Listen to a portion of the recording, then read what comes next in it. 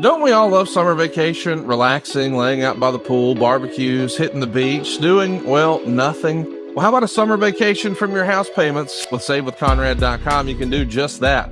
Reduce your monthly payments by making the equity you built up in your home work for you. You can roll together those high interest rate credit cards into one lower monthly payment and perhaps access some of that newfound equity to turn your house into your dream home with no money out of pocket. And how about this? You get to skip your next 2 house payments. That's right. You won't have to make your June or your July house payment. You're done until August 1st. Go right now to SaveWithConrad.com. Let my team run the numbers for you for free. There's no obligation, and if we can't help you save some cash, we won't waste your time. And did I mention we're offering a 3-year guarantee right now? That's right. That means if at any point interest rates improve over the next 3 years, you get a free refi. That's right. No new lender fees from us. So you get to save money now without wasting money later when the rates improve on a whole second set of closing costs. Why not go to SaveWithConrad.com and get a guarantee? Save money now and save money later with your friend in the mortgage business. That's me, Conrad Thompson at SaveWithConrad.com. Shoot me an email at Conrad@SaveWithConrad.com. Give us a call at 888-425-0105. Or get yourself a quick quote, even talk to a live person right now at SaveWithConrad.com. NMLS number 2129, equal housing lender. Let's take a summer vacation from house payments at SaveWithConrad.com. Hey, it's Conrad Thompson, and you're listening to My World.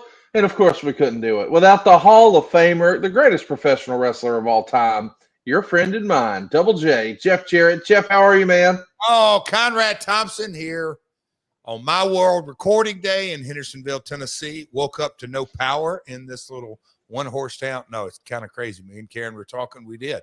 It was, 5 o'clock, and all of a sudden you hear the fan that's running in our room just stop. And she goes, oh, no. Anyway, power's out for about an hour, but got my coffee, got my morning meeting, got my good workout, Connie. So I'm ready to go on the recording day. Man, is there a lot? Wrestling business never really slows down. So it's good, buddy. It's good. Had a very fun weekend. Create a Pro up in Melville, New York. We got a little stories to talk about this. Baseball season is cranking. Acclaim is looking for new submissions. AEW, we are, I guess you could say the countdown's on. It's hard to believe it is here. 5 weeks away, I think. I think we're talking 5 weeks. Globe Life Field, all in. Connie, I'm just going to follow your lead today. I have no idea where you're going to take us. If you tell me we're doing Gail Kim, I'm going to, with my updated iPhone, figure out one of the new emojis and send it back to you. But hey, Connie, how are you doing, pal? I know you're doing, me and Silva have discussed, you're doing a lot better than us today. I know that. Well, we're excited to be here with you, talking a little bit of wrestling. There's so much breaking news this weekend, Jeff. We should start right at the top. I think one of the biggest pieces of news that caught everybody by surprise is the idea that Ron Killings is going to be leaving WWE. As we're recording this yesterday on Sunday, he took to Twitter to say, I'm sorry to inform you all, I just got released from WWE.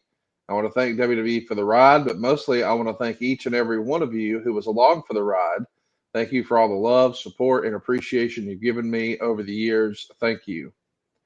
This is a big deal. He has been, WrestleVotes over on Twitter actually posted, which I thought was interesting. He first reported to work for WWE with this run, because I know he had a cup of coffee there before, January 29th, 2008.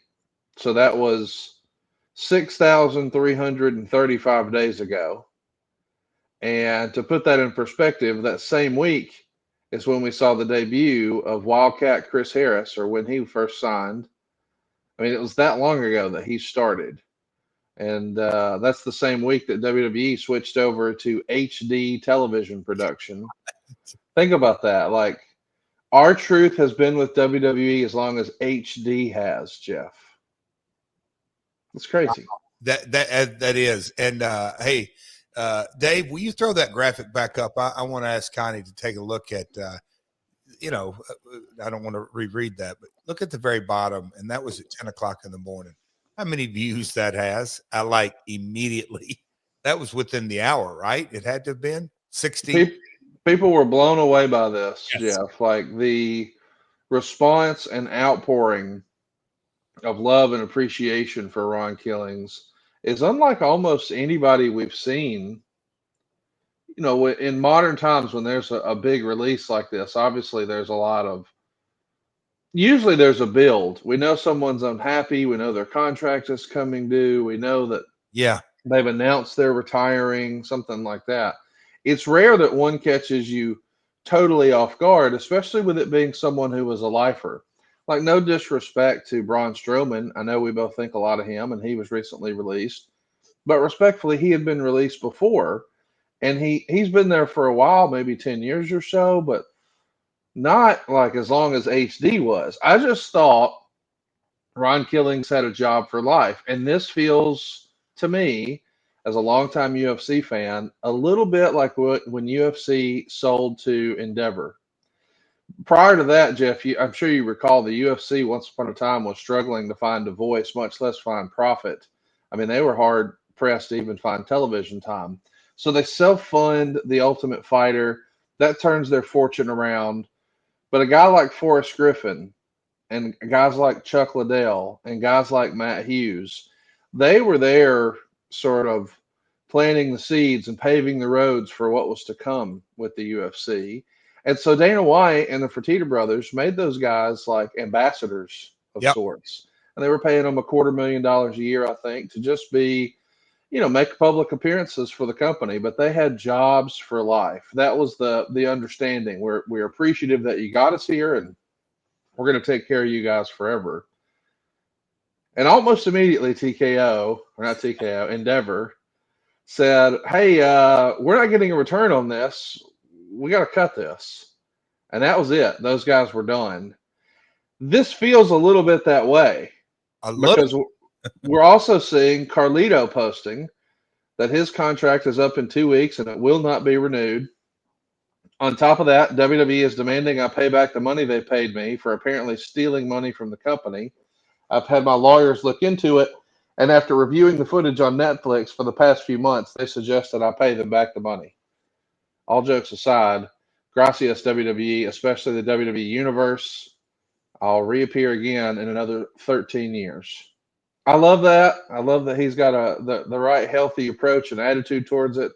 But there's lots of other speculation because people are saying or suggesting, hey, is Miz next? He deleted a lot of references to WWE, and what could this mean? Maybe it's something, maybe it's nothing. But I do know someone inside the tent, or someone who has a friend inside the tent. I won't betray confidences, but it's not Bruce. Let me just say that. And he told me, Jeff, this is the first of many dominoes to fall. This is just the first one. Yeah. And this is kind of picking up what we talked about last week about corporate wrestling, is it not? That's what I mean, the realities of the executive leadership of the WWE from what it was, we'll call it in the past regime. It's, man, last week's topic, and we talked about all kinds of things, but what the powers that be came out with, corporate wrestling. What was the title? Yeah, because it was, to me, it is, man, to follow our pod last week and talk about it this week, and you talking about, well, not even knowing that, that does not surprise me at all. Going to be more dominoes to fall, but I would give anything. Man, my father wrote Bob Carter a letter right when they came on board. And I'm just going to say right when things were off and running and from a perspective of getting stabilized as just kind of getting the inner workings of the J Sports and Entertainment back in those days and Panda Energy International and just kind of like, okay, this is exactly how this isn't exactly how things are going to go, but we're at least kind of at sea level on how we're going to navigate the waters coming up. I'm talking about like in the fall of that year. And as we got into 2003, my dad wrote Bob a letter, and it was very lengthy, and it was part of it was the mind of a wrestler that got pretty deep and psychological. That when he told me what it was about, I just man, I don't know that Bob's going to fully digest that. But what he did also kind of open up and close with it, and he talked about the transition from territory days and how those promoters had a mindset, and then he said for the last 15, 20 years, it was Ted Turner and a corporate structure and Vince McMahon and the private, but he kind of harped into this is a niche business, and there's a reason there's a niche business, because a lot of things don't make sense on the surface.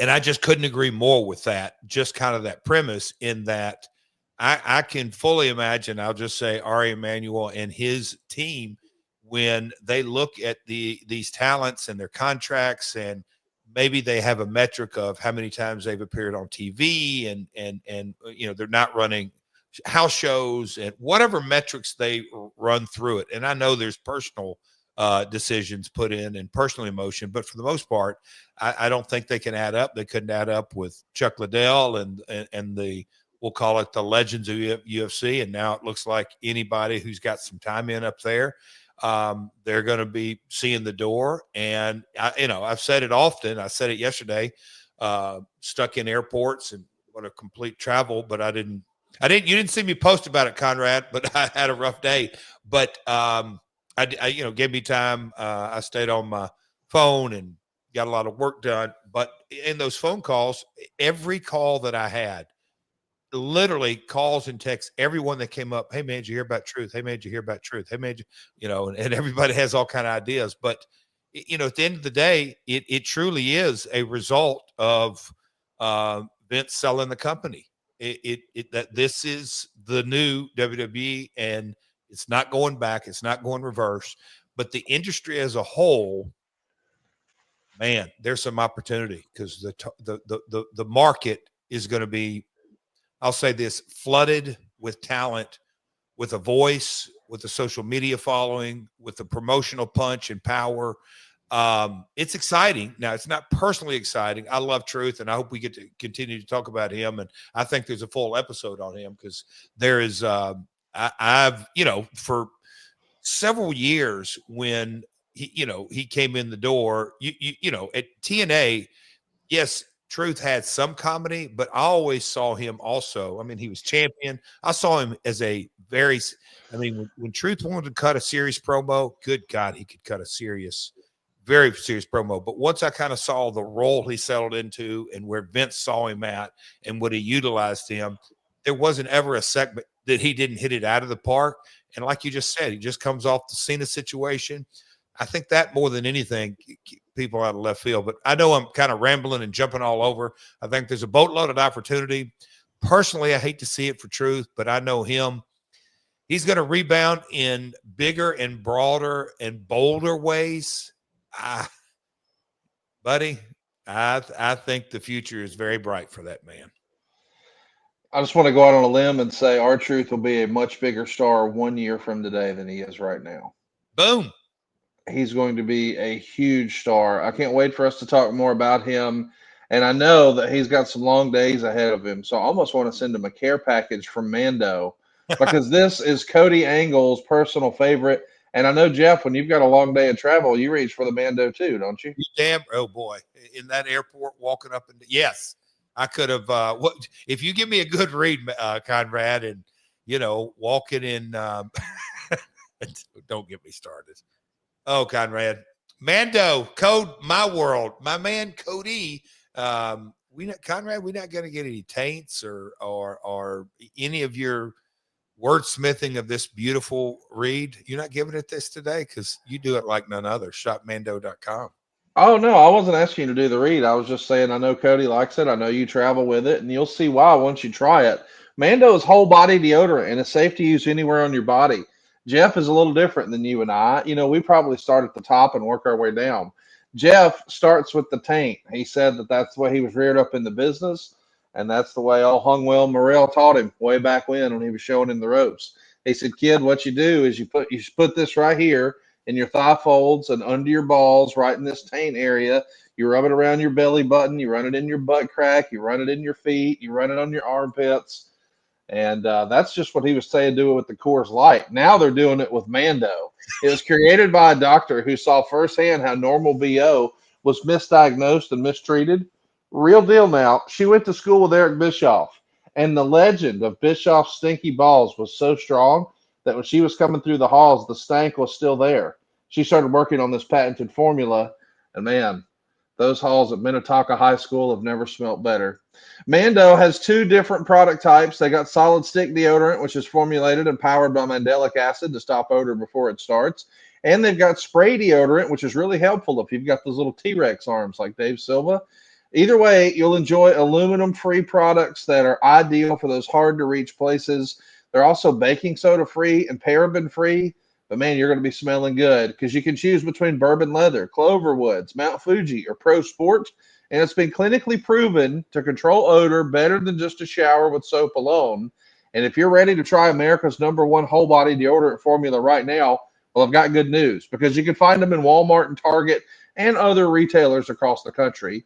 But for the best deals and to support your favorite Jeff Jarrett podcast, go right now to shopmando.com. That's where you'll find Mando Starter Pack. It's perfect for new customers. You'll get the solid stick deodorant, you'll get the cream tube deodorant, and you'll get 2 free products of your choice, like mini body wash and deodorant wipes, plus free shipping. And how about this? As a special offer for our listeners, new customers can get $5 off a starter pack with our exclusive code. That's like 40% off your starter pack when you use the code MyWorld at shopmando.com. That's shopmando.com. Please support our show and tell them we sent you. Smell fresher, stay drier, and boost your confidence from head to toe with Mando. And damn sure don't forget to put it on your thigh fold. Conrad, is that actually is that like slang? Can I look that in the Webster's dictionary? That's in the copy, thigh fold. Chat GPT. What would Chat GPT say about thigh fold? Well, I know that you're used to a wallet, a billfold, or a trifold, but there is a thigh fold that Dave Silva's familiar with. It's the crease where the leg starts and the penis pooch begins. Are you familiar with? He can't reach the thigh fold, can he? You know how some exotic cars have what they would call a mid-engine? It means there's a trunk in the front, Jeff. Yes. You're familiar with that? Yeah. So they call that a front trunk, and some smartass decided they were going to call it a frunk. Have you heard that before? Oh. Well, Dave Silva right now, above and around that little wee-wee of his, he's got a frunk.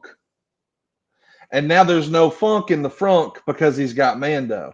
He lifts the frunk, he gets under the frunk. That eliminates the funk. It's a funk-free frunk, thanks to Mando. Go right now, shopmando.com. Use our promo code MyWorld, and you'll love the way your taint smells. Jeff Jarrett guarantees it. No cap.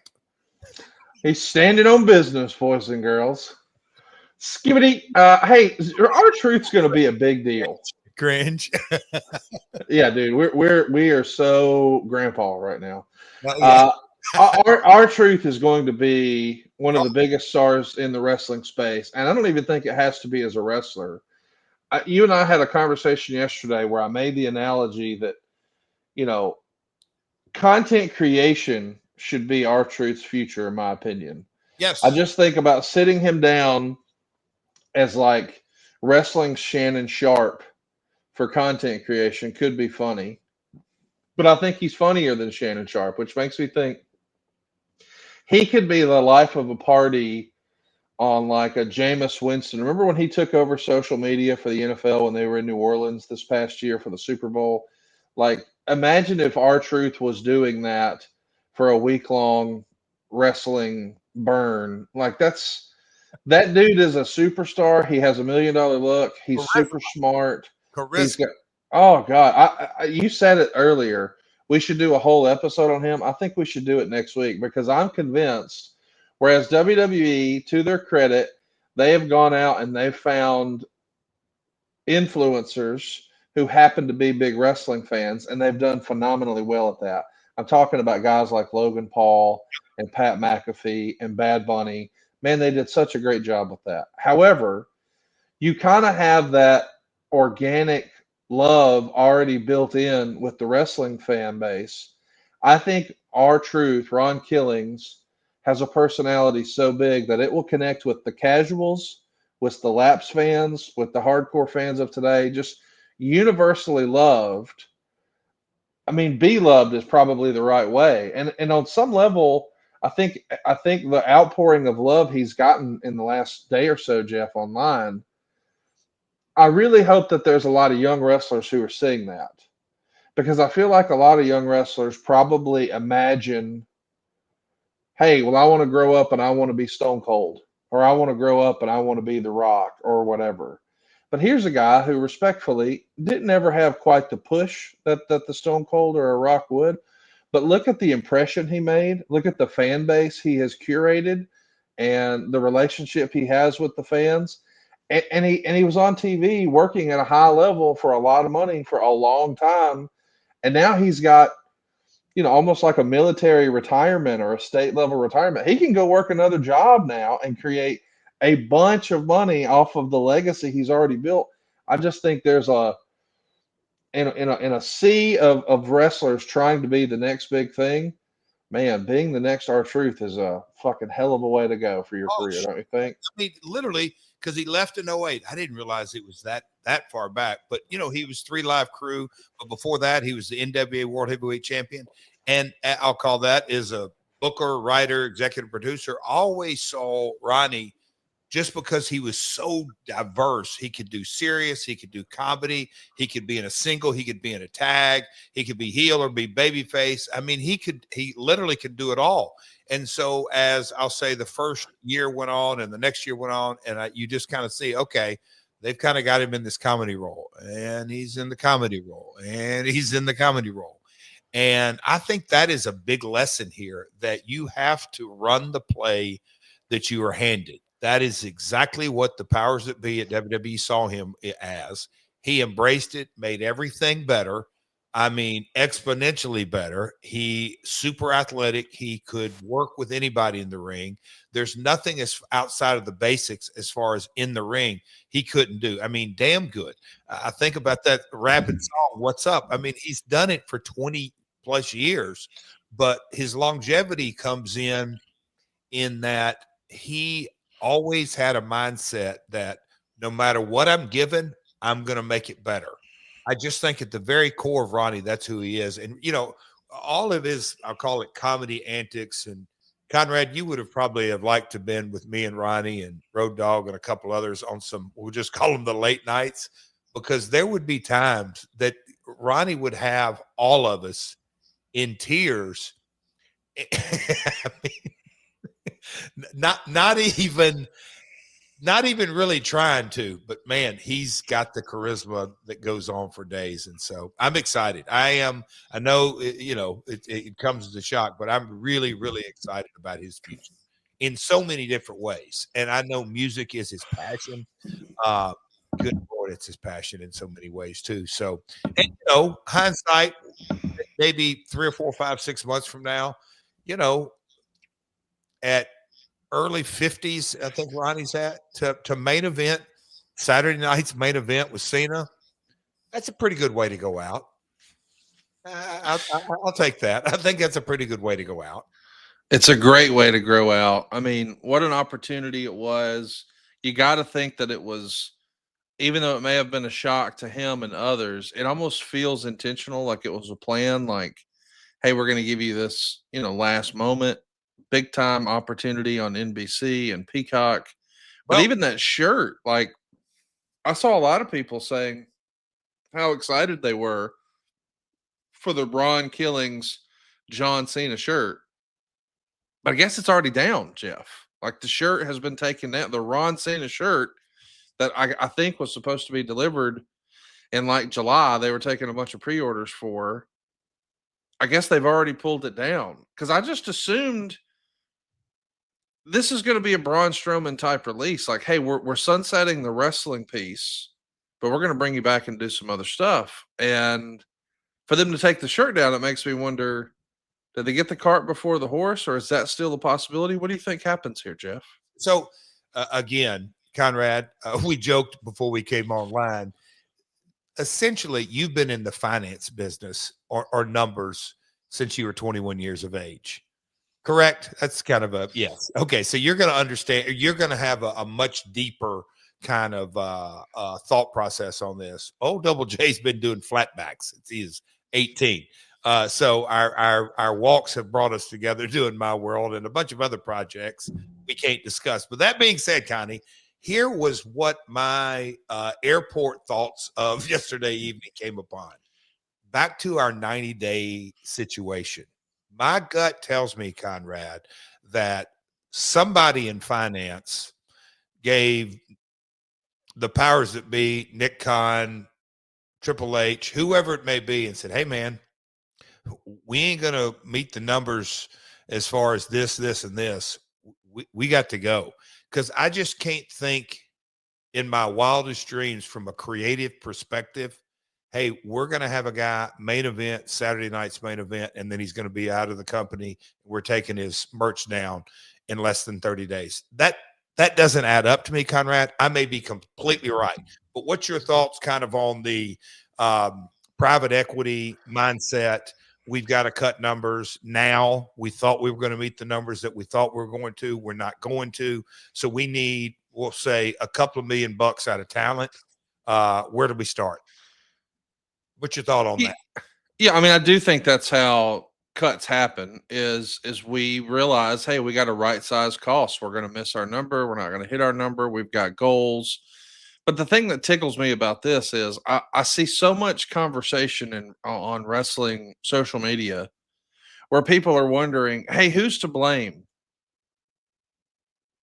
Guys, it's a business. There's not a heel, but I think wrestling fans have been so conditioned, Jeff, through the shoot interview market back when they were just Rob Feinstein videos in a hotel room where they would say, "Oh, I always got along with Vince." It was that GD Jim Ross.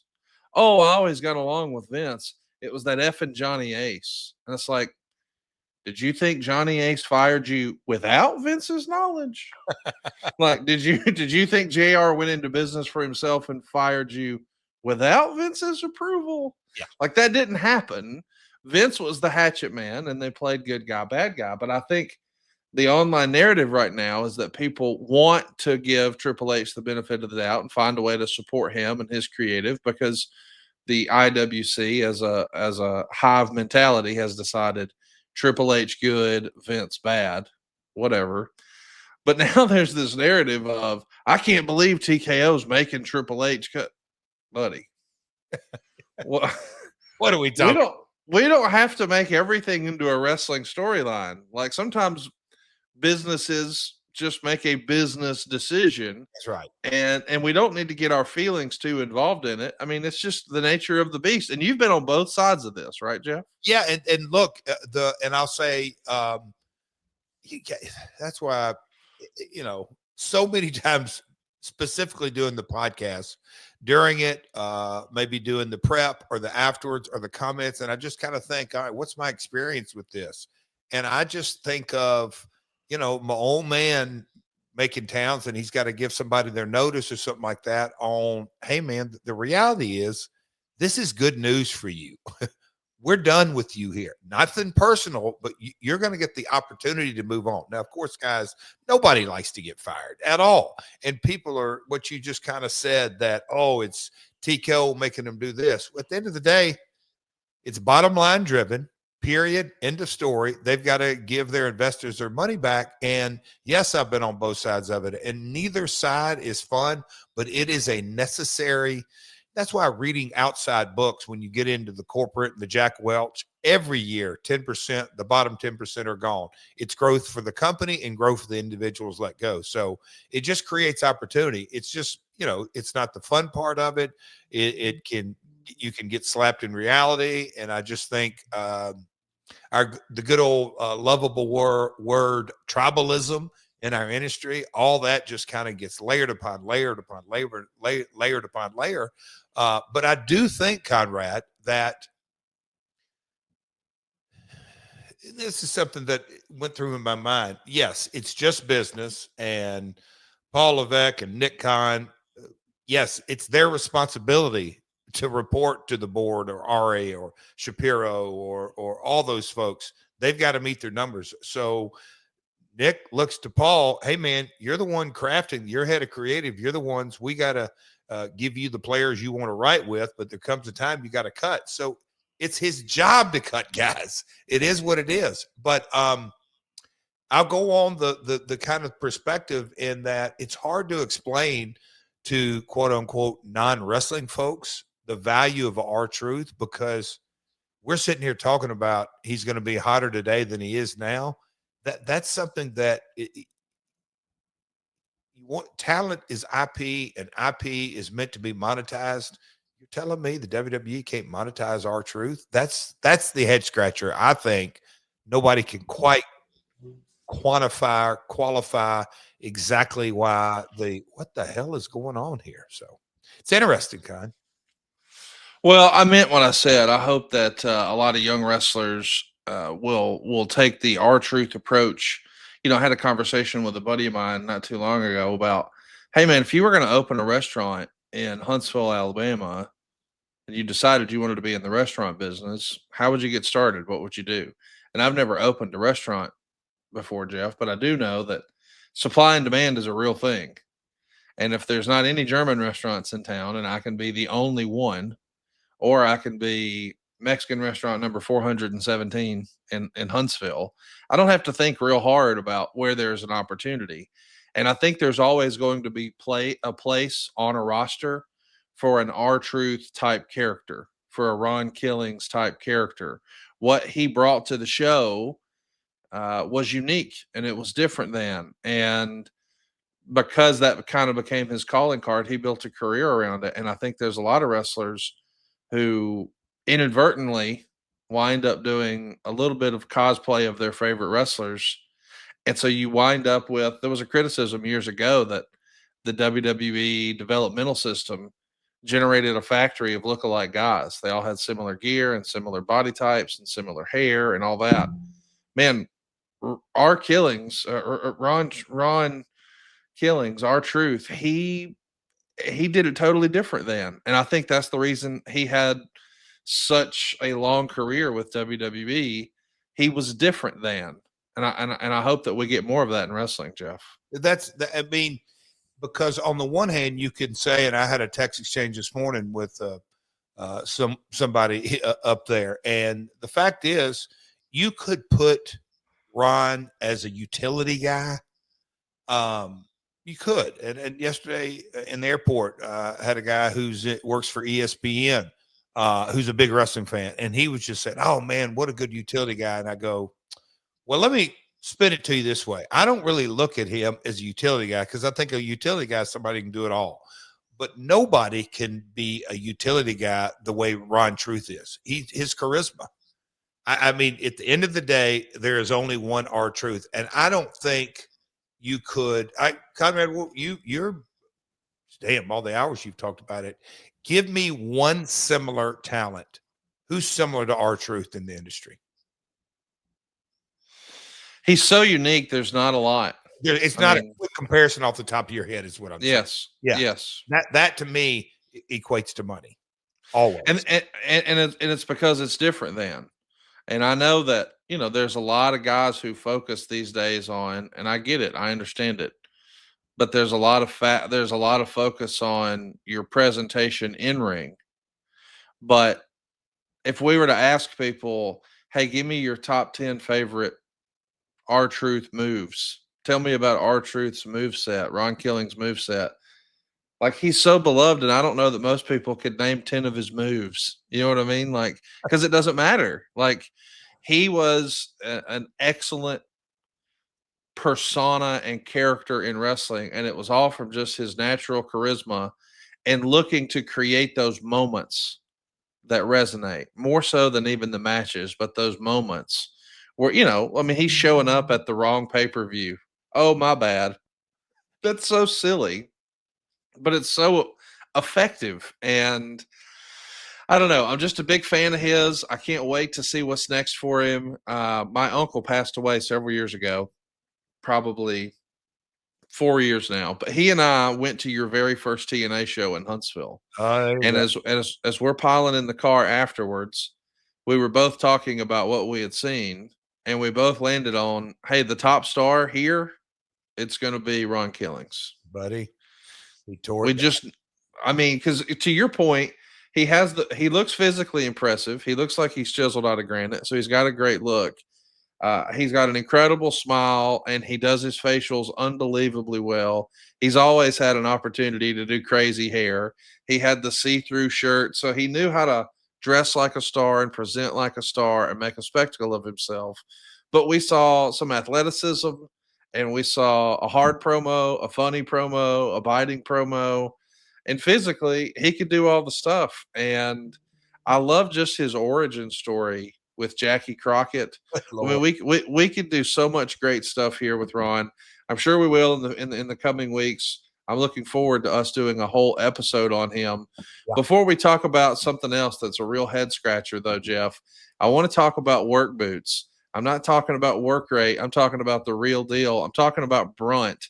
I'm a big believer in Brunt because choosing work boots used to mean sacrificing comfort or durability, meaning if they felt good, they didn't last. And if they lasted, well, they would wreck your feet.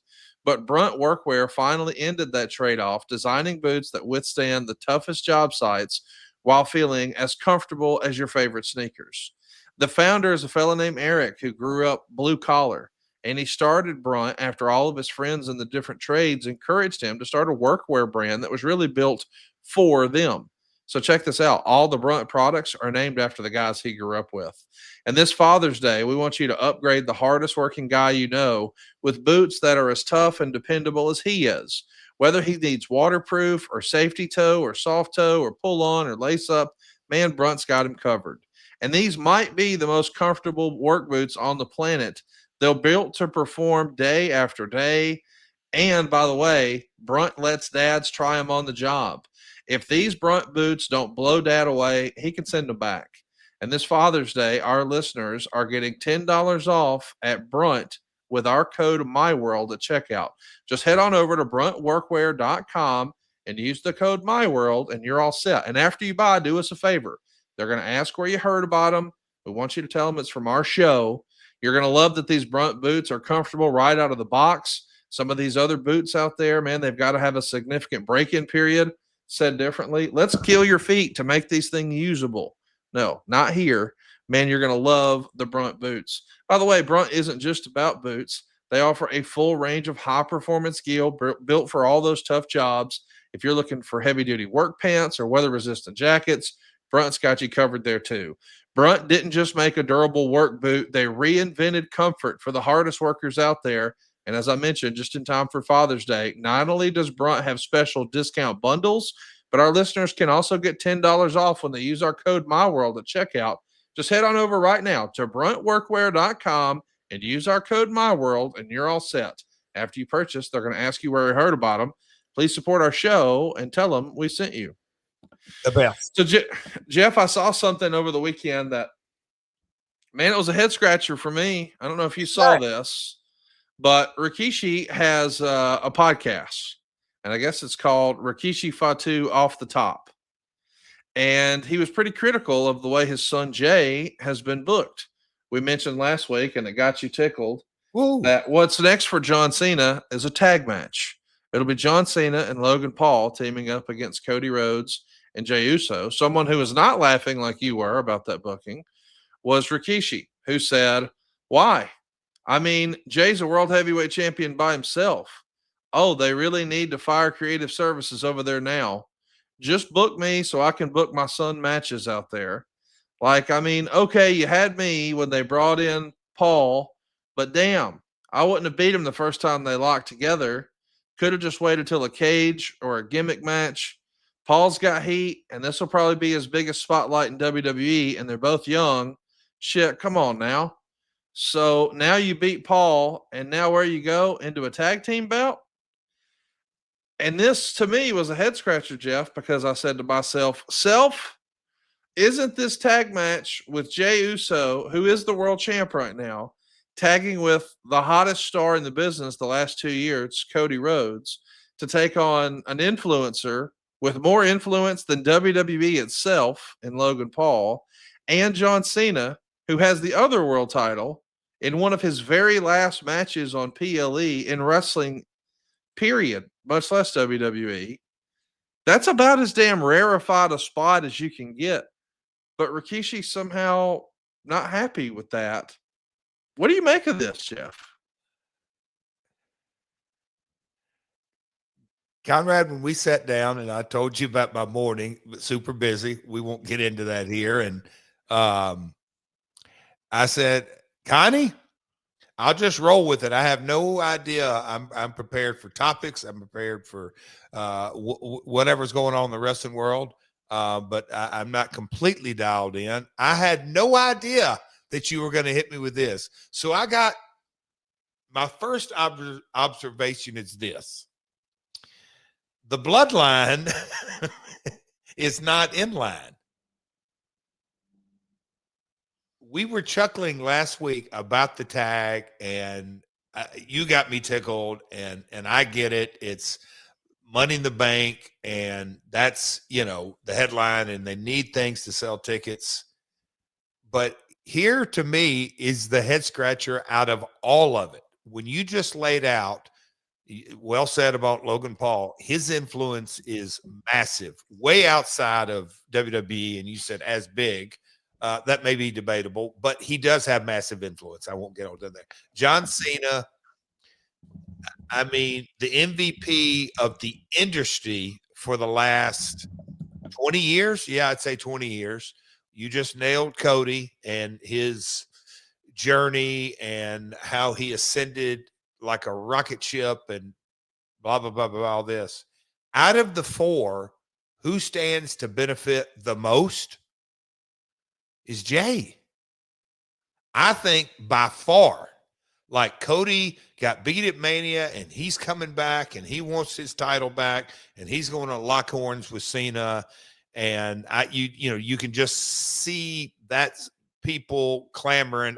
They want to see that single match. Logan Paul, the bloom's off. He's a part of the roster, but still massive influence. But having him involved with Cena, who's also a movie star and all this, like when you kind of look at this and knowing how the match in my mind, I think is going to go, they're going to go probably a double set of heat. It will be, and I'm getting way too granular here, Conrad, but my gut would tell me they're going to give, I'll just say a double set of heat. Jay's going to make a big ass comeback. And I would assume Jay's going over Cena. I just look, armchair quarterback. I'm sure it can go 4, 5, 6, 7, 8 ways. It's subjective and all this, but just kind of looking at it on paper, hell, I said it 1,000 times. Yes, it's subjective, but out of the four in the talent and the Money in the Bank is the title, and so those two matches are quote unquote the main event of the pay-per-view. But this is that celebrity all-star tag, and I think it's by design to get Jay over.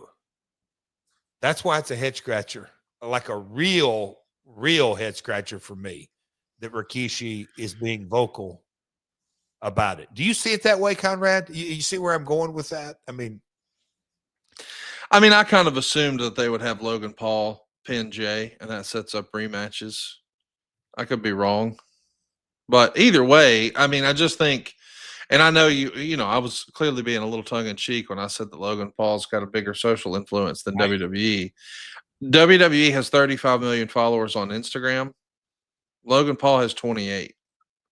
So I know I'm being tongue in cheek, but I'm just saying. No, and that's impressive, dude. That's real numbers, and that's one brand versus a company brand. It's 28. That's damn, dude. Like to the point where when WWE started Instagram, Logan Paul may have been in 8th grade. I'm just saying, let's give some perspective. Yeah. Logan Paul built 28 million followers out of his house, and WWE is a multi-billion-dollar corporation. I'm just saying, like, the dude knows how to court attention for himself. 7 hours of network television a week. Yes. Yeah. Either way, it's going to be interesting to see what happens. I think Jay is in a fantastic spot. Boy, I do too. I love where Rikishi's coming from because he's being a passionate quote unquote stage dad. And I know that some guys get upset about that, but listen, I would hope that my dad would be advocating for me. So, like that's what you want in a good family relationship. Your But not, parents are supposed to want better for you. yeah, but not public. Come on. I listen, I agree, but I do wonder because this is the way my brain works. Does he really mean that? I Or is he yeah, getting some traction for his show? there you go. There you There's go. a chance. I mean, we don't know. For sure. Here's what we do know. Vince McMahon has made it official now. It's public. He's got a new business. 14th and I Holdings LLC, 14th and I Investments LLC, 14th and I Management LLC. It is a investment firm pursuing opportunities in sports, media, and entertainment. We kind of knew all of this. We didn't reveal the name, but we knew that he had bought a studio in Santa Monica. We knew that he had offices in Stanford that Fred Blum and some others were actually going to be a part of. And this would be a big opportunity for Vince McMahon and whatever he decides to do next. What'd you make of this announcement last week, Jeff? And what do you think of the name, 14th and I? Well, from my understanding, and I didn't realize, I mean, this news quasi broke months ago, right, Conrad? How far back was that? 6 months ago? Yeah. Anyhow, so it's a LLC, it's an investment firm as well as a production studio. I didn't catch that. Is that what you're telling me? No, didn't say that. It's an investment firm pursuing opportunities in sports, media, and entertainment. Okay. Yeah. Well, that's not. But they did buy a studio in Santa Monica. That's not included in this. I'm just telling you that Eric Bischoff told me that, and we know how he knows that. And somebody else that we know told me about the offices and who was reporting there, and that it was in Stanford. So this isn't exactly new that he's working on something, but just the idea that it's been released to the world that, hey, we're open for business. What do you think's next for Vince here? Well, the people, it's because it's funny. It's not funny. I think it's pretty cool because my understanding 14th and I is where Capital City, DC, and a lot of people think that Vince's father kind of headquarters were always in New York City. Wouldn't you say that, Conrad? The casual fan of today thinks of, and even not even the casual fan, going back to maybe the 90s, people are saying, yeah, that's New York. But like the roots of Vince Sr. and Jess, I think Vince Sr. for sure were in DC, Capital City Wrestling and Gorilla Monsoon and the partners there. So I think that was where the office address was, 14th. And so I think that was pretty cool. But man, when he sold all that stock and got out, the whole world knew that he was not going away. He wasn't going into retirement. He wasn't going to, hang out at the local bait shop down in Key West every day. So it'll be interesting. His legacy is a force. I think every day, it's, I don't say crazy to say, but every day that the TKO, I'll say personality is revealed, and every day that Vince is gone away from the company, I think there is good days and bad days. I'll say that from a public perception. But at the end of the day, when you kind of look at where the industry is, and I did a signing Saturday, Conrad, K&S, Ken, and signed all kinds of things, different action figures. But, just knowing the history of the licensing of our industry, you just kind of look back and everything changed in the 80s when all that the licensing department blew up. Look at it where it is today. So I'm curious to see what his first project's going to be, though, Conrad. Like what will he step out with publicly with his first project? Is it something with Ron Killings? Oh, Hilarious. How about that? I mean, we just heard for years and years that he was one of Vince's favorites. We've also heard that about John Cena, and he's finishing up at the end of the year. I don't know. Be interesting, won't it? Yes, it sure is. Listen, we had some conversation last week. There was rumor and innuendo that I want to ask you about, because when I freestyled it to Eric, I thought, surely not. But the more Eric and I talked about it on our pod last week, the more I thought, you know what? This might actually be a thing. Before we talk about that, I want to tell you guys about Factor. Make this your best season yet with nutritious 2-minute meals from Factor. Eating well has never been this easy. Just heat up and enjoy, giving you more time to do what you want to do, like get out there and enjoy the summer of no worries on Lake Hendersonville. Get outside, and instead of prepping all that stuff and cooking indoors, why don't you just let Factor handle all of that lift? Factor meals arrive fresh and ready to eat. They're perfect for any active lifestyle, and they've got 45 different weekly menu options. You can pick gourmet meals that fit your goals. You can do Calorie Smart or Protein Plus or Keto and more. Factor helps you power up all day long, too. They've got satisfying breakfasts. They've got lunches on the go. They got premium dinners. They've even got your guilt-free snacks and desserts. And if you're watching with us over on YouTube, these cold-pressed juices, man, I slept on them. And now my wife and I, man, we thumb wrestle for them. They're so good. I really recommend this. I can't tell you what a big deal this is in the wrestling world. Once upon a time, we used to hear about wrestlers hitting a drive-through and getting a bucket of chicken and pulling the skins off. That's not what they do in 2025. They go right now to factormeals.com/myworld50off. They use the code myworld50off, and the boys get 50% off plus free shipping on your first box. That's code myworld50off at factormeals.com/myworld50off for 50% off plus free shipping. Jeff, one wrestler after another is using Factor these days, are they not? It's quite the buzzword at AEW locker rooms and traveling with food bags. And like I said, week after week on here, when shout out Dave Green and all the chatter, but when my world was changed, when you guys introduced me to Factor, and now my entire family looks forward to every Tuesday when the Factor van pulls in the driveway, drops off about, I think we're up to about 22 or 4, Connie. I don't know exact number. We have our order, standing order. Oh, we get the juices, we get the energy bites, but I'm still a steak and salmon and chicken guy. But it's a game changer around here. 2 minutes and you're off and running. And with everybody on the go, it guarantees you a well-rounded, protein-rich meal, my man. I love it. I absolutely love it. Go check it out, factormeals.com/myworld50off, and be sure to use that promo code myworld50off. So, Jeff, I wanted to bring this up because you and I kind of joked last week. Well, surely not. We had some fun talking about WrestleMania and the announcement coming that, hey, sorry, our bad, New Orleans. You're not getting WrestleMania next year. We had fun with that.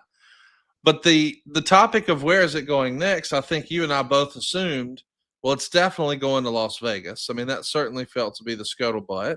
But we've heard, well, that's not been announced. And technically, they did announce that they're going to be doing a future WrestleMania in Las Vegas. And then a little birdie who may have whispered it to you too heard last week, WrestleMania might be in Saudi Arabia. And I thought, well, I don't know about that. I mean, that seems hard to believe. But given what we've been talking about with corporate wrestling, if they bid more than another site and you can actually make more, maybe TKO would entertain the idea.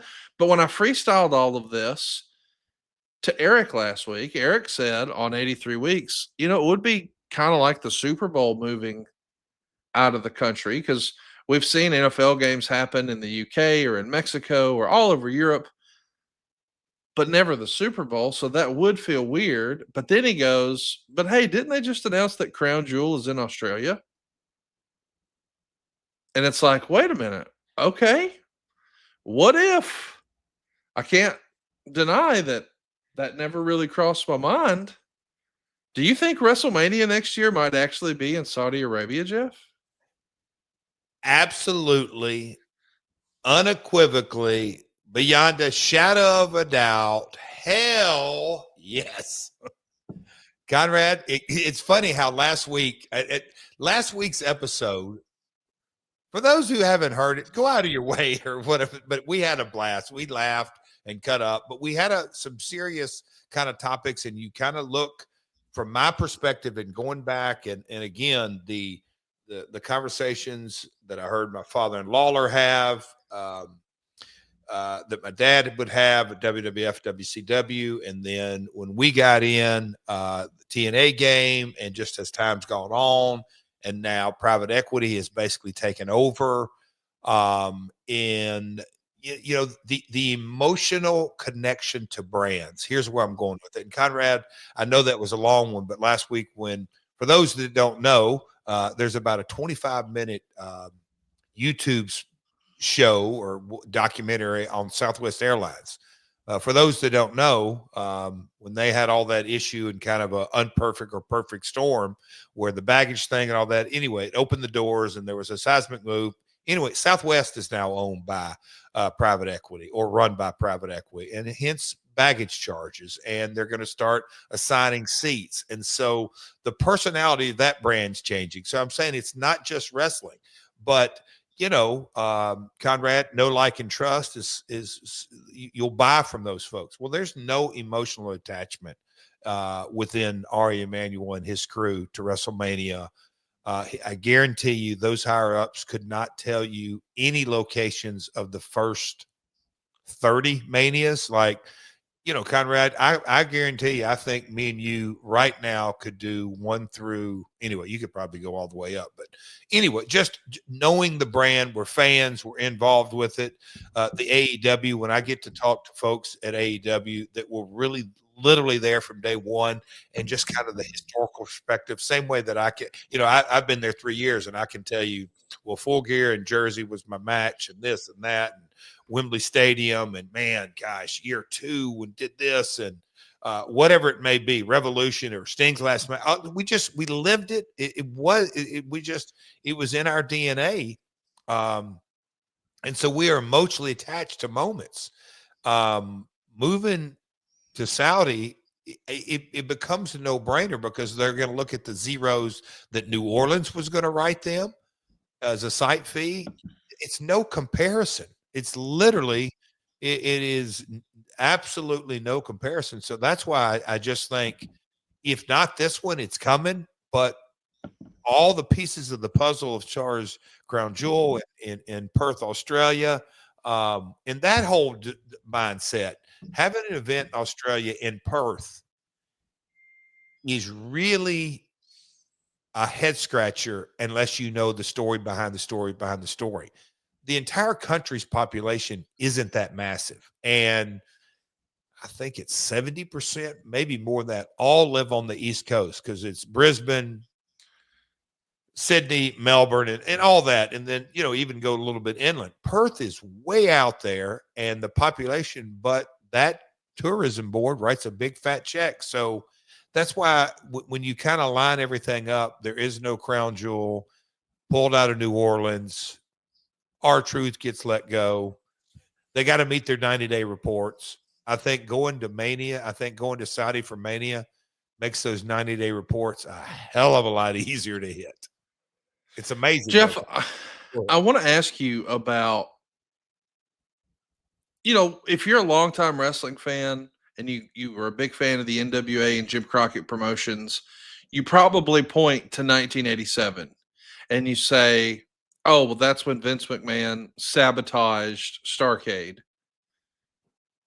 Or you go the other way and you say, Jim Crockett Promotions got too big for their britches when they left Greensboro for Starcade in 87. Because Greensboro had hosted Starcade 83, 84, 85, 86. Some of those years were simulcast with Atlanta and Greensboro. But in 87, they went to Chicago, and they were trying to do the Wrestling Network in the shadows of Bill Watts and all that stuff.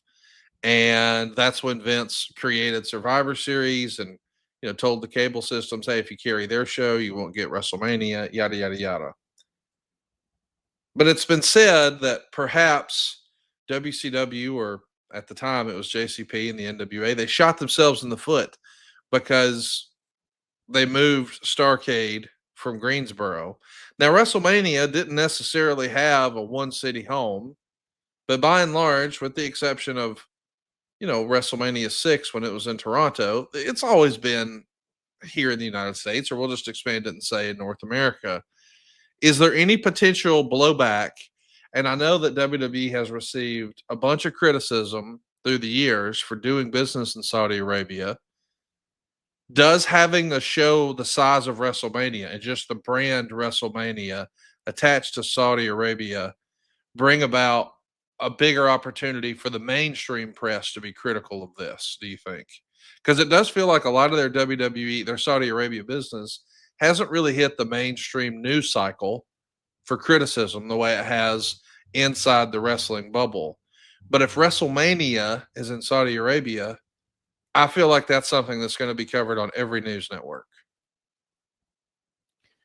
And I know this is probably not a good analogy, but hey, Conrad, let's move the Masters to Dubai next year. I mean, we could go on and on about sporting events, but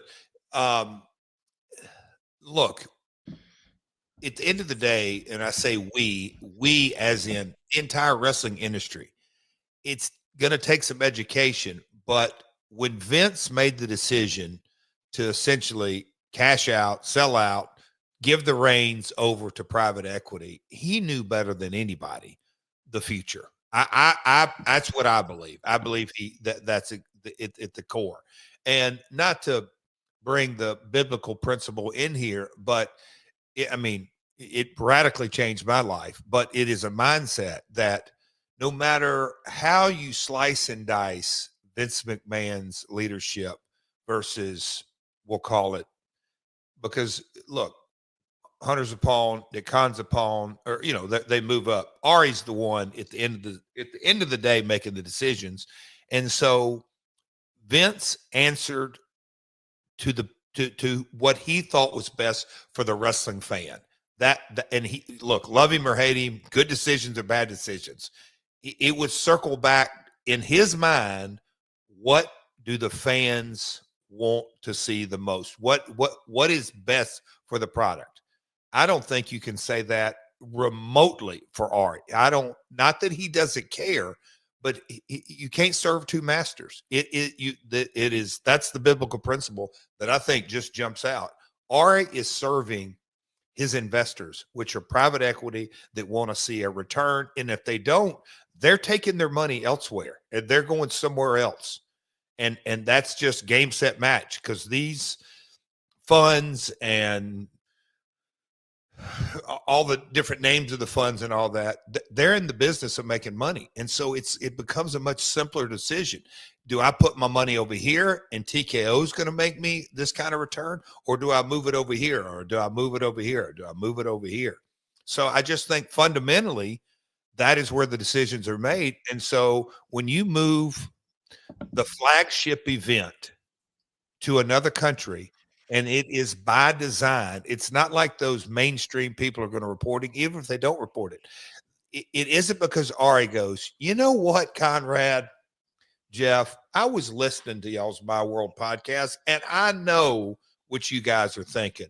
But in my heart of hearts, just in the core of me, I know the people in Saudi Arabia, they need to see this event live. So that's what I base my decision on. I want the fans in Saudi Arabia to just get the experience of having WrestleMania. I made the decision for the fans of Saudi. Sorry, tough luck. Now, we know that's not the reality is. It's, hey, guys, the site fee that they're giving us, just think of the travel and the production. And I know they've done it multiple times with the big events, but if you get 50 million for a crown jewel, can you imagine what they're going to get for a two-nighter? My gosh. And it'll be aired live here in the afternoons on a Saturday and Sunday. And oh, Conrad, It is very, very, very interesting. But I'll say this: I don't think the future could be any brighter for AEW. I honestly, that may be what do you, that to me, I think the future is super, super bright from AEW because step by step by step, the brands are further and further differentiating themselves. And at the end of the day, line up Toby Keith or any musical artist or any true touring act or whatever it may be, it goes down to the court. You better know your audience and you better earn them. I'll leave it at that, Conrad. I'd love to hear your thoughts on that or your response to that. Or what do you think? No, I don't disagree. I agree with you. And I think it's important to have a good strategy to grow your business. And that's why I want to recommend Conrad'sGuide.com. My buddy Eric Nichols over at Envision Marketing Consultants, he understood the digital space in a way I never did. I'm talking to you if your company is looking to do some SEO or SEM, maybe they need to figure out how to grow their social media or digital marketing or listen, I bought radio and I bought TV, but I had no idea how to buy streaming ads on Hulu or YouTube or Amazon. And I guess I understood what the words target and display mean, but what the hell is targeted display? And what is a good value on pay per click? And what is an algorithm? And why do I need to know that to sell more mortgages? I didn't understand any of this stuff. And then I met Eric Nichols at Envision Marketing Consultants, and my leads went up. My understanding of what I was buying went up and my cost per leads went down. If you're looking to do more business and grow your business the smart way, the most affordable, the most effective advertising in the space, I highly recommend my guy. And that's the reason I'm loaning him my domain, conradsguy.com. I had a friend come visit me this past week, Jeff, down at the beach, and he was telling me he was expressing some frustration that his kid couldn't ever find any Pokemon cards. And he said, "You have no idea how many trips to Walmart I've made after a good report card or, a good report from a sports event or whatever. And I'm going to reward that little kid with a pack of Pokemon cards, but I can't find them." And I said, "Wait, I think I got a guy." And everyone laughed like, "Wait, you have a Pokemon card guy?" Yes, I did. And I also have a digital marketing guy. And this is my go to guy. I'm talking about Eric Nichols at Envision Marketing. If your business is B2B or retail or food and beverage or manufacturing or nonprofits, man, if he can help me figure out how to sell mortgages, he can help you figure out how to sell whatever you're doing too. Go right now to conradsguy.com. Trust me, it's worth a little bit of time it'll take because Eric will shoot straight with you and he'll take a look at what you're doing now and say, "Hey, man, I think you're on the right track." Or, "Hey, have you thought about this? I think we could get good returns if you tried that."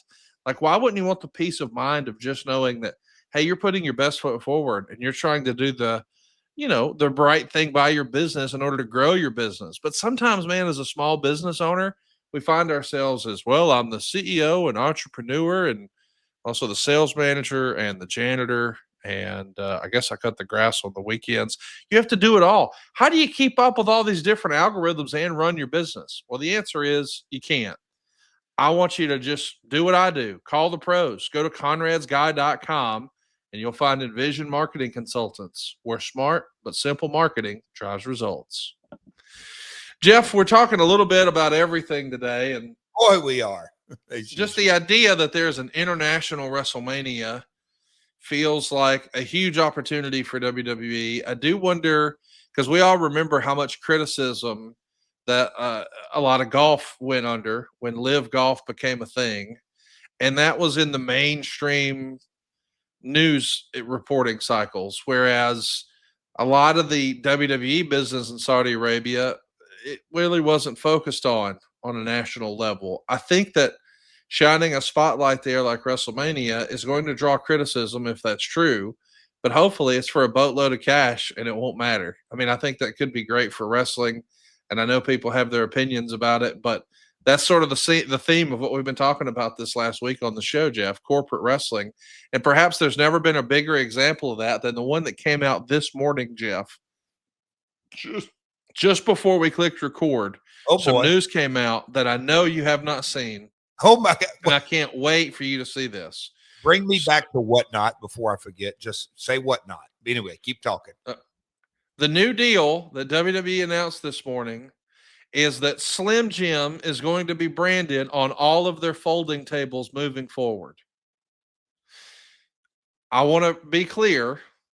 These are the same tables you see wrestlers flying through, and the fans are chanting, "We want tables." Now those tables will have Slim Jim branding on it because they want you to snap into a Slim Jim whenever those superstars go through the table. I'm not making this up. This is a real thing. Here's the announcement. The new deal will include Slim Jim branding on tables and Slim Jim being the center ring sponsor for WWE Raw on Netflix. Over the past 2 years, WWE and Slim Jim have renewed one of the most memorable collaborations in sports entertainment history and will expand on that momentum as the partnership continues growing in the coming years. And then Adweek says, low now beyond the center ring, WWE is implementing a new integration to expand on that tagline, placing Slim Jim brandings on all folding tables used across programming, including Raw, SmackDown, NXT, and premium live events.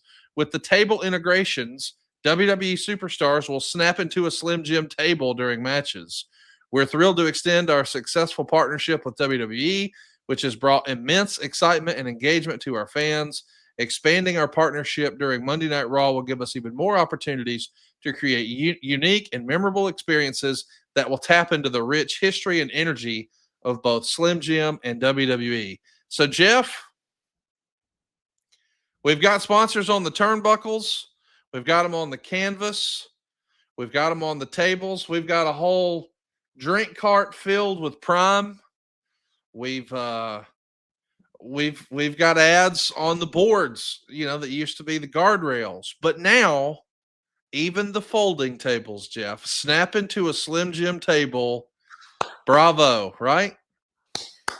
Here's the first thing that jumps out at me. Why in the hell? And that's what when you were sitting there reading it, I Googled who owns it's ConAgra. I was trying, they're publicly traded. BlackRock, there's a couple of big institutional owners that in there, but they own all kinds of vegetables. Anyway, they're a food services company. But the creative marketing driving force with that brand, why aren't there like 20 or 30 of them out there? And I know that it's coming, but we talked about the difference in sponsorships in UFC and WWE, and I get it, WWE, but I'm saying as a whole, the wrestling brand and some of the folks we're dealing with, Conrad, internationally, one of the guys was talking about, I said, yes, a wrestling brand, your top brand is obviously the funnel to it all, but you have anywhere between 10, 20, 30, 40, 50, maybe more spokespeople, brand ambassadors. You have the ability to really integrate your product. It's like you can't, Jalen Hurts, your Alabama quarterback, he can't run off the field in the middle of the game and snap into a Slim Jim. You can't do that. And to get integrated into a sitcom or a TV show or whatever it may be, you can do that. But professional wrestling, it's that hybrid that is around 52 weeks a year that gets nothing but numbers. You can look at the demos. You can look at the socioeconomic. You can look at all the boxes. But Slim Jim consistently, and I know they took a break there, but they're going back to the 80s with Savage. They fall into WCW. Those decision makers on that side, hats off. I think it's fantastic, and there's going to be more to come. I'll never forget going to a guitar brand, and there was the powers that be in this guitar company wanted me. Yeah, you're going to be a great spokesperson. You're this and that, and this and that. We do all kind of fun stuff. It got all the way to the top, and the tip top said, no, we don't want our guitar being smashed. It's like, is that really going to prohibit guitar sales, or is that going to enhance them? And now Slim Jim and a table, shit, Conrad, I love it. And there's going to be more to come. But it to me, it's like the decision makers at Slim Jim, what makes them coming back for more? Yes, they're selling a lot of product, but why are they the ones to always kind of be the trendsetters when they're a part of a massive food company? It's pretty cool, man. I love it. I absolutely love it. So they're on the table. You just blew my mind, Jeff. Who was the guitar company? Tell us. I better not, because Why? What does it matter? they're personal friends, and this guy fell on his face. It's a well-known guitar company, very well. Well, I mean, I can guess, but I'm shocked you. I mean, you think it has some blowback or negative attention if you say? Yeah, a personal friend. And I'll ask him, and then I'll get back with you. Yeah, because then it could bring negative attention. Why don't you just say it now and we'll bleep it out? It doesn't air till tomorrow. That gives you a chance. I didn't say that. Okay. I mean, listen, that feels like a no-brainer, doesn't it? Oh, yes, for real. And look, what year was that when you talked about it and it got shut down? 2009. Dude, when was the last time you pitched it? Has it been 16 years? Oh God, yeah. Yes. We got to get them back on the horn. I mean, I don't know if you saw, but they could even have an international sponsorship because, well, as Gomer Pyle once said, surprise, surprise, Vikingo is now the new AAA mega champion. I could have never seen this coming. I thought for sure last week when we watched Monday Night Raw that graphic up there that said Vikingo was wrestling Chad Gable this coming weekend for the mega championship. I thought to myself, do they know that that's not accurate? Because Alberto Del Rio is still the mega champion. So there's no way that belt could be. I mean, that's impossibility, really, when you think about it, Jeff. But somehow over the weekend, through the grace of God and a not Vikingo is now the new AAA mega champion. Yeah, let's get the clapping going. Conrad, you know what I got to say to that? What's that? Turn the car around. Turn the car around. You mean to tell me, really, Vikingo is the AAA champion? Like as we're recording this on Monday, he did it. Doing this? No way. No, he did it. Conrad, I don't believe that for a minute, because the timing and the coincidences of it all, and they have the event, the worlds collide, and how the dominoes fall. I don't believe in coincidences, only convergences. There's no way that they could have put a graphic up and they knew Alberto Del Rio was not going to be, Alberto Patron was not going to be on his game. And the odds of it coming down, if I remember correctly, our good friend Dorian got involved. Like, how did all this really happen, Conrad? Because I'm in a stupor that the odds of them posting a graphic and then it coming true, like, is it leap year? I don't know what's going on, but I know that this weekend, when Worlds Collide happens, it's this Saturday at 3 p.m. Eastern on YouTube. We're going to have El Hijo de Vikingo versus Chad Gable. In a three-way with Patron? Nope, Patron's not there. That is the great question, I guess. There is a debate. JBL has been pretty loud and proud saying that he thinks Del Rio is one of the very best in the world right now. He thinks that he's getting incredible reactions. He's seen the way the crowd's responding to him in AAA. And JBL thinks that, the former Alberto Del Rio is a megastar. A lot of people online feel like WWE doesn't want anything to do with him. And that's the reason they pulled the belt off of him and they put it on Vikingo. I'm not saying whether or not you think he deserves a second chance. That's maybe a separate discussion. Do you think we'll ever see the former Alberto Del Rio back in WWE? Yes. Or do you think this was okay? Because he can make him money. And I've said, like our friend Sam Adonis, he's an American but bilingual. When you have the skill set, and I'm not talking about monetization in Mexico, which is there. I'm talking about in America. When you have the ability to utilize a talent that looks good, can work his ass off, that is bilingual and can emotionally connect with Spanish speaking and English speaking, there is no doubt in my mind. because of what, going back to, Ari, he's worried about the bottom line. But let me just say this. I don't know their relationship, and I'm talking about the personal relationship between Paul Levesque and Alberto. I don't know that. I really don't.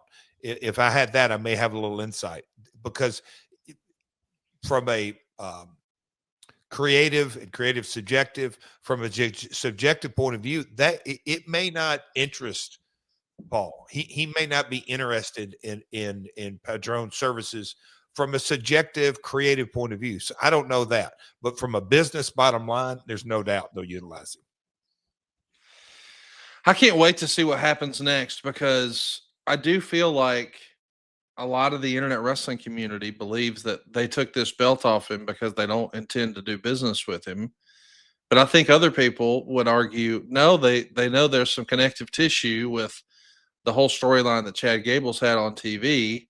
And we think that visually we could get some pretty spectacular exchanges if we combine his skill set and Vikingo's skill set. And maybe that's it.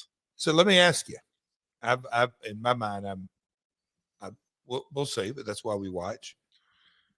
Don't you believe Chad's going over? Oh, you do? Oh, no doubt. No doubt. How will that be received in Mexico, in your opinion? I mean, you're laughing, but listen, there's a lot of people who are listening to us talk right now, Jeff, and they've not been a regular viewer of AAA. They've never been to see Lucha in Mexico. So they're going to watch this show this weekend, maybe without even having seen the first, what I would call the real When Worlds Collide from WCW over 30 years ago. And maybe they're thinking, hey, I kind of want to see that updated and see what this is all about. And this is something to do before Money in the Bank. And if they've just been a WWE watcher, they might not feel like that's a big deal. But I'm wondering, since you and I know that CMLL has already changed the way they're promoting themselves in Mexico to say that we're, 100% authentic, Mexican or whatever. Having an American champion not long after you announce the acquisition of AAA, on the one hand, you could say, well, that's heat, brother. And nobody knows that better than you. I mean, you used to throw tortillas on the way to the ring. Yeah. But I'm wondering, is that going to be received differently because they understand the real life business economics of it? Does that create a huge opportunity for CMLL if they do go with Chad Gable? I do. And look, again, Philippe and Dorian, and so AAA, Dorian, Philippe, and TKO, they acquired the asset. They're going to do what's best for the asset, and they want to put their stamp. They want to brand it that way. But the AAA of years past, it's gone. It no longer exists, and I think that digesting is amplified. To really digest that, it amplifies, because look, and I get the benefit, if you will, or almost the luxury of wrestling in that country since 2004 pretty consistently. And I'll say understanding, or beginning and understanding, the framework of how the fan base views and I don't want to just say the Americans, but at the end of the day, Lucha Libre is ingrained in the culture to a degree that, Conrad, no disrespect to you, and I think because you went down there, but like year one was I around, I kind of understood it. Year two, a little bit more. Well, once you get into 5 and 10 and 15, 20, then things click, and a little bit more, and a little bit low, a little bit more, and a little bit more. It is a different set of circumstances. It is a completely different culture. And that's where I'm not sure, all signs pointing, and it goes back to, look, we're on the podcast and it's just our opinion and we're thinking, but I think we agree that was a mistake that they advertised Vikingo and Chad Gable and overlooked it. They're not worried about, quote unquote, the existing AAA fan base or the past AAA fan base. only time will tell if that's a mistake or not. But I think putting Chad as the champion, and we'll say Chad hadn't been a main eventer, and I'm not sure that's going to resonate with that fan base. But I'm not sure, getting on the other side of this. Hey Jeff, we don't care. We've kind of let you know that we don't care. This is the product we're going to put out, and this is the fan we're going to attract in. And they, for all we know, they may say, look, we're going to be just fine. We don't care about the quote unquote professional wrestling fan in Mexico. We're going to create our sports entertainment fan, and that's who we're going to cultivate. That may be the strategy. That's why, like you just mentioned, the CMLL opportunity is massive right now. I think it's the biggest opportunity that CMLL's had in 20 years, maybe more. Waffle Stomp Jones is with us live here on YouTube, and he says, hey, just fantasy booking. El Grande Americano is in a Money in the Bank qualifier match tonight on Raw on Netflix. So what if Vikingo wins at Win Worlds Collide, but the next night El Grande wins the Money in the Bank and then challenges Vikingo for the AAA title and wins it? So we've got some armchair quarterbacking. That's an interesting idea to sort of combine the Chad Gable, Americo Grande Conde, or El Grande Americano, or whatever the fuck it is. Starbucks. Your daughter's yeah, buddy. I mean, I know Megan. She's an Americano, a venti Americano, 5 stevia oat milk. Oh God. I had to write it down, but I've had to order it enough that I've memorized it. Yeah, it kills me. With girls in the house and Karen and we want a pump of this and oat milk and this, a splash of this, a drizzle of that, and yes. What the hell happened to just some coffee with cream? I was fixing to say the Jeff Jarrett way of doing it was, I'd like a black coffee. Thank you. I'll see you at the first window. What size? A large. Give me a large. Oh, give me no. You mean a venti? No, I mean a large. Give me a large. Biggest you got, honey. Yeah, give me the big one. Hey, listen, this is a big weekend. Of course, we mentioned When Worlds Collide is going to be happening in the afternoon. And by the way, I want to encourage everybody, go out of your way to watch this. This is going to be a cool deal. It's real wrestling history, and it's put on by a great close personal friend of ours behind the scenes. Jeremy Borash is a big part of this. Here on My World, we are big Jeremy Borash fans, and I want all WWE fans, all TNA fans, all My World fans, check out the Triple H show on YouTube, or the AAA show this weekend on YouTube, just to support JB, man. I think this is good for wrestling. It's good for Lucha. And it's good for Jeremy Borash. But depending on what happens here, it's going to shape the future of wrestling in Mexico and internationally. And I'm looking forward to it. It's happening this weekend in Los Angeles. Of course, it's a matinee opportunity at the Kia Forum, because later that same night, it's Money in the Bank live on Peacock. And we're going to have Cody Rhodes teaming with Jey Uso to take on John Cena and Logan Paul. You called it earlier. You think Jey Uso pins John Cena in this one? Before we jump over that, I want to go back to this just from a business perspective. So Worlds Collide is on the WWE YouTube channel. Yep. You care to elaborate on that? I'm just, what were their options? I guess it's not a Peacock product. It's, I think they don't want to commit to giving it to a streaming service right now, Jeff, because they want to hold out for rights somewhere. YouTube is an international product. So like even a service like Max doesn't have penetration all over the world and the globe yet, but this does. But why, if I'm WWE, why would I just give that to Netflix? Why would I just give that? So yeah, you're going to make somebody pay for it. So let's get proof of concept first. And I think that's what they're wanting to do. They want to prove, hey, look, we sold all these tickets out. And by the way, that's not revealing the whole story, because it was the matinee of a pay-per-view day. I mean, that's the strategy that Bruce and I used to do when we were doing live podcasts. We'd just go into town and do a show hours before the actual pay-per-view and turn that, one-off of a weekend into a destination. Like, you get more stuff to do for the weekend. I think it's a great way to do that. But by putting it on YouTube, that makes it free for everyone globally.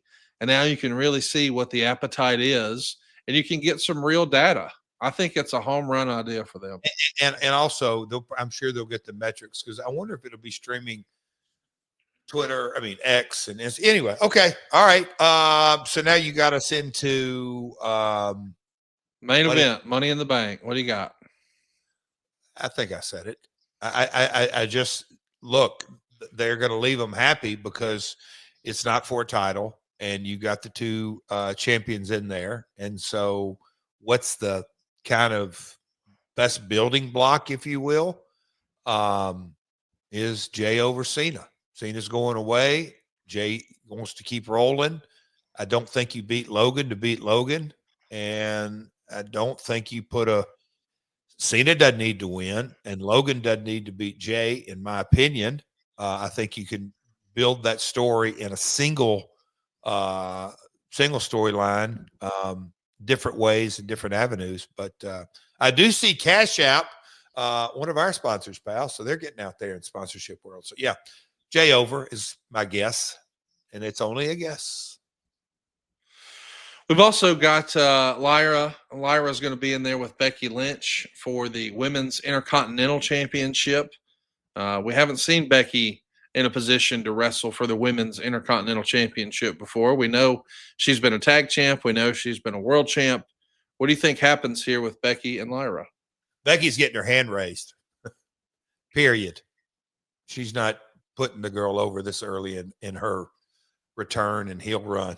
I don't see it. I see Becky getting her hand raised, and in the words of Howard Finkel, and new.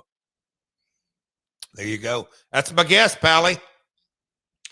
We've also got the Money in the Bank qualifier matches that are still happening, but what we know we've got so far is on the ladies' side, Rhea Ripley, Alexa Bliss, Roxana Perez. Who do you see standing out here as the winner on the women's side? I like to talk about stuff that I have a clue about. I don't have a clue kind of who really would need it. I don't think Rhea is in that category. So I'm going to go with Alexa, kind of the vibe.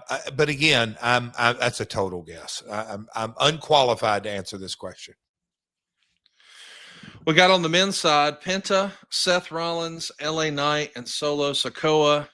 Do you have a feeling here? Penta. Wow. See, I'm going Seth Rollins. I think Seth is going to be the guy to pull this one away. Okay. Man, you like that's what me, you, and millions of others love about the business. There are so many different ways to go in a match like this, but I can just kind of see Penta. Let me throw this out at you too. I just want you to keep this in mind. We're 3 weeks away from Night of the Champions, which is going to happen in Saudi Arabia, January 28th. I'm sorry, not January 28th, June 28th. And I believe that's where they'll announce that WrestleMania is moving to Saudi Arabia. I don't know that, but if we know that we've got a Saudi event coming up 3 weeks from this weekend on the 28th, it would make sense to not just go ahead and make the Saudi announcement now, but wait and do it on the 28th. Again, I don't know. Nobody's told me that. I'm just freestyling. But I'm saying if we really do believe there's a chance that they're going to announce the Saudi WrestleMania next year, it would make sense to announce it when they're in Saudi later this month. So that's the reason I think it happened the way it did. I have no inside information. I'm just guessing. But I do think we look at this card, Money in the Bank, and we start to sort of work backwards from, hey, what do we think they'll be presenting at Night of the Champions in Saudi Arabia? Okay. I see where you're going with it. It's good deduction. Interesting. Coach Rosie, in our comments, there's one more match tonight, is what he's saying. So who's in it? Do we know? In the qualifier? I guess what I was asking about specifically is, do you change your opinion about what happens in the main event, knowing that they're going to have these matches in 3 weeks in Saudi Arabia? What matches you talk about? Because he's just winning the briefcase, right? Is that what? Well, hang on. I'm talking about Jey Uso and Cody Rhodes and John. I'm talking about the main event. We're not talking about the tag. My bad. Not the Money in the Bank for a minute. What happens with those guys? Yeah. And then does that line up opportunities for Saudi Arabia with these Money in the Bank championships or whatever the case is? Shit, Connie, we could go so many different ways. I see where you're going with it, but I'm still going to say, oh, but man, I've been wrong on a lot on Cena's return. So what's in, I think a lot of where Cena wants to take this, and I know he's a team player, but I think him weighing in on wherever this may be going, I kind of think, I don't know. I'm going to still kind of stick with, I think Cena is probably looking at, he's got a half a year left. I think he's kind of looking at passing the baton. This is my opportunity to put Jay over. I may be completely wrong. And they're going to do television episodically between Raws and SmackDown to get what they need to get in Saudi. Well, let's not forget that right behind the Night of the Champions, right around the corner, is July 12th. And that's where WWE is going to be doing Saturday night's main event. They're going to have an NXT Great American Bash heads up against AEW's All In. And the next day is the Evolution show. So it's going to be a crazy summer for WWE. And if I were a betting man, don't you think it's all but announced Goldberg's last match is going to be July 12th live on NBC? Unbelievable. It's in Atlanta. It's in Atlanta. And Goldberg has said, I'm training for my last match. It's going to be down south. Where else does it make sense to do besides Atlanta? Did he say down south? Yep. Mm-hmm. Oh, well, my gosh. He's already said it's down. But that was, again, this is before they had announced Saturday night's main event in Atlanta. But now that we know. Yeah. I played college football at Georgia. I played professional football at the Falcons. I broke in for WCW. I won the world title at the Georgia Dome. I can't imagine them doing this any other place other than Birmingham, right? It just lines up. Other than Atlanta, not Birmingham. Other than Atlanta. I was totally kidding. Yeah, hell yes. But I'm just saying, like, they're going to do it in Atlanta with Hulk Hogan in the building, probably with Eric Bischoff in the building, with Kevin Nash, with Lex Luger, so many of your favorite WCW guys. They're going to load up Saturday night's main event to feel like a WCW farewell Goldberg's last match in Atlanta. That's what it feels like, doesn't it? Almost a no-brainer, Pally. Good for you. I mean, yeah. Damn. Interesting. Really interesting. We'll see what happens. It's going to heat up, and it's going to be a really fun summer because we know that AEW is right around the corner from All In. And of course, we're going to get things kicked off with Starcast. I have it on good authority that there will be some major announcements regarding Starcast this week. If you haven't made plans already, I want to encourage you to go grab your bracelets right now at STARRCAST.com. If you've never come to Starcast before, I just want to explain, we still do your favorite meet and greets and professional photo ops and things like that. But we've also got panel discussions that are not going to be broadcast on Fight or anywhere else. You're going to have to be in the building if you want to see it. And these guys are going to be able to let loose and tell stories that they might not normally tell if it were being broadcast. And you're going to hear from a who's who, not just inside AEW and the stars of today, but all the legends of yesteryear, the Texas wrestling legends, some of the goats of professional wrestling are going to be in the house. It's going to be fun. It's going to be interactive. And it's going to be a whole week of events. If you're in town in time, you can go to a Wednesday taping or a live broadcast, rather, of Dynamite. You can go to a Thursday broadcast of Collision. On Friday, they've got a Ring of Honor pay-per-view. And, of course, Starcast all damn day long. And on Saturday, Starcast again. And then we'll, of course, have the all-in afternoon pay-per-view. And there's been a lot of speculation about what happens after All In. Stay tuned. We've got some fun stuff up our sleeves, and you don't want to miss a minute of it. Grab yourself a gold or a platinum bracelet right now, and you'll have access to a whole bunch of fun stuff you don't want to miss at Starcast.com. We're right there in Arlington at the Sheraton, just a couple of blocks away from the stadium. Jeff, you were there at the first Starcast. There's an energy about it. It feels like the Woodstock of wrestling. And we're finally down to the nitty gritty. We're going to have some fun in Arlington, are we not? Just looking at that graphic, one of the things that crossed my mind. What a long, long way we've come, Conrad, from our good old folks at Schaumburg.